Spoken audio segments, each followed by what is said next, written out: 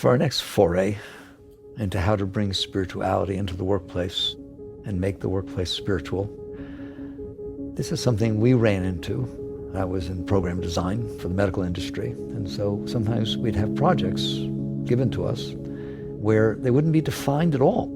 They'd just be, oh, I know how to keep my medical records in the computer. It could mean a million different things. It was early in the game when no one was computerizing medical records. Or appointment scheduling. What does it mean? What are the criteria? There were no specifications. So there are times when you are given a project that you literally don't know what to do. It's just that simple. It's not that you're blocked, it's that you haven't had the experience. There isn't someone to turn to that has had the experience. So you bring a team together and no one in that team knows what to do. So that brings up a really interesting teaching of how to work spiritually and how the benefits of all of the deep Eastern teachings can come into the workplace. What we used to do in a situation like that is I'd bring my team together, 6 or 7 people would sit around, all very, very high-level developers, and the first criteria that I would work with is, are you all willing to admit you don't have an answer? You don't know. And I'm their boss, they don't like saying that, but you have to start with reality. Otherwise, somebody's walking into that room thinking they're supposed to have an answer. They don't, but they made something up. That is noise that just creates tremendous trouble in the workplace, in a meeting, in this creative environment, all right?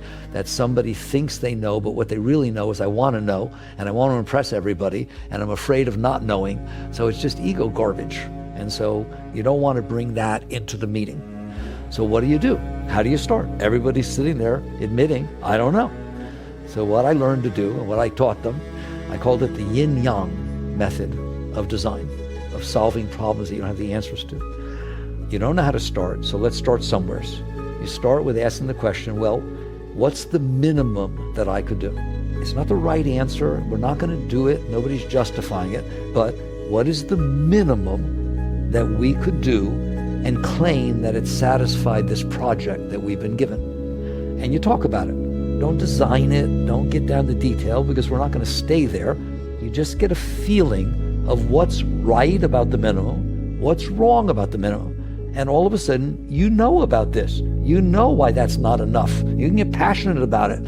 You know why it won't solve this problem or that problem or satisfy one of your clients, right? And you know why you have to have at least that. We can't go lower than that, right? Because it doesn't do anything. And all of a sudden, you're having a fruitful, engaged, beautiful discussion where a minute ago, everybody was saying, I don't know anything. And all of a sudden, you realize you do know something. You do know what the minimum looks like.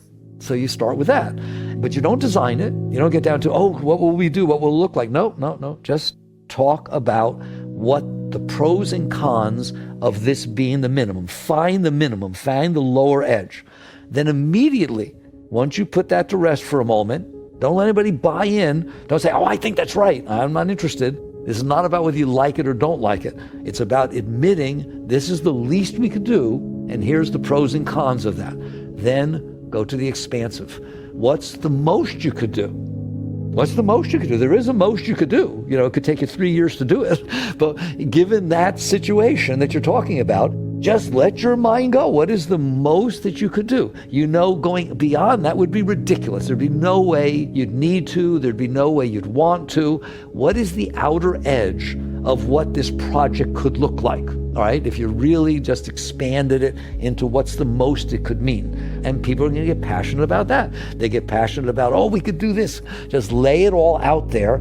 It stimulates the creative juices. You're not going to do it.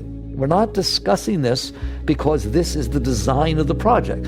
You're setting the lower and upper limits of what this could look like. Now talk about the pros and cons of the expanded side.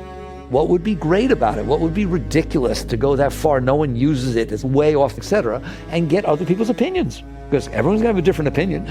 But there is a point in which everyone in that room will agree, well, I don't think we'll go that far, but there's no way you'd ever go further. You've matched your outer edge and your inner edge. Believe it or not, you just set the boundaries to something that was undefinable before. You said, I didn't know a thing about it. Now you do.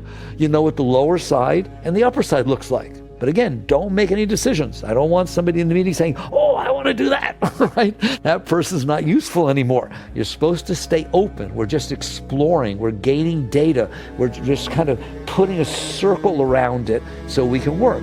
Then what you start doing is working in toward the middle. Moving toward the middle is a cost-benefit analysis, right? If I do less than the most, what did I give up? What did I gain? I gave up a 2%er that someday they'd need it, but I gained that it took 1/3 the time to do it, all right, so I can get it out.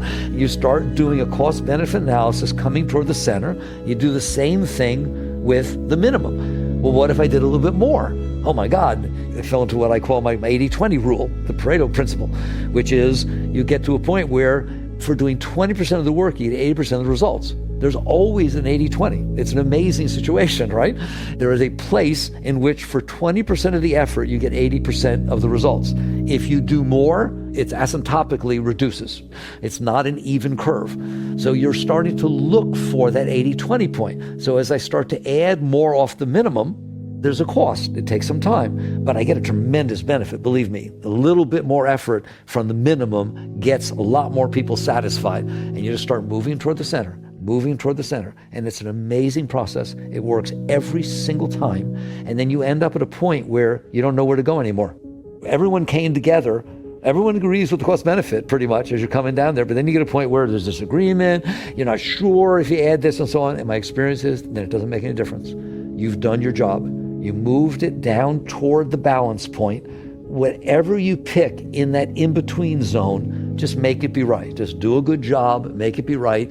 You will never make a bad decision if that's how you're making your decisions, how you're working that through.